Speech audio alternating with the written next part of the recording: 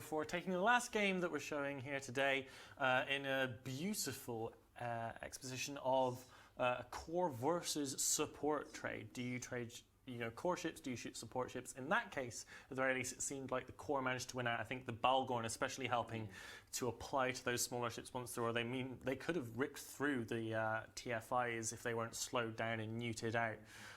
Reload, what's your general opinion on support versus core?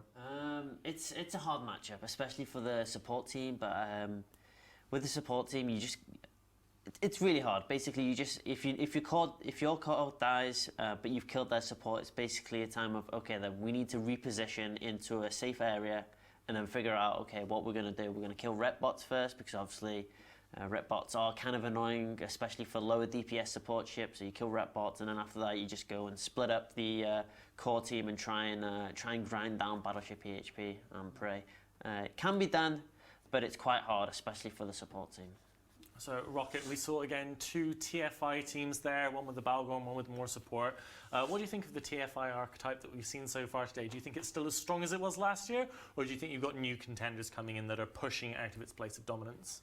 I think we're going to see new contenders, especially with the prevalence of missiles this year. But I think a lot of this is the way this fight went was pretty interesting, because you clearly had, despite the fact that they'd chosen to distribute their points differently between their tackle and their core in their battleships. You also had the fact that they made very different decisions on the field. So one side chose to primary support, and the other side chose to primary DPS, which then left you with both of them achieving that, and then you ending up with a fight which is support against core, and the support was just never going to take it. And that's why you had the Snuff guys writing good fight in local chat before the fight was over.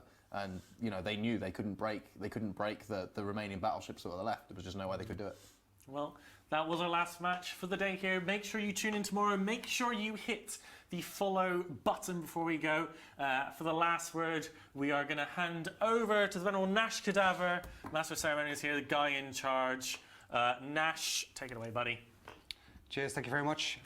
I'm going to take this opportunity to thank everybody that we've got working with us here today.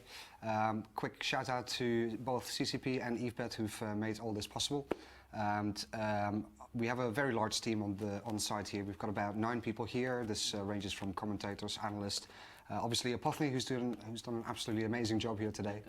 And we've got 3 boys up in the studio. We've got Bay RJ, we've got Jake and Ryan that have been working tirelessly since this morning to put out the show. So I want to say a big thank you.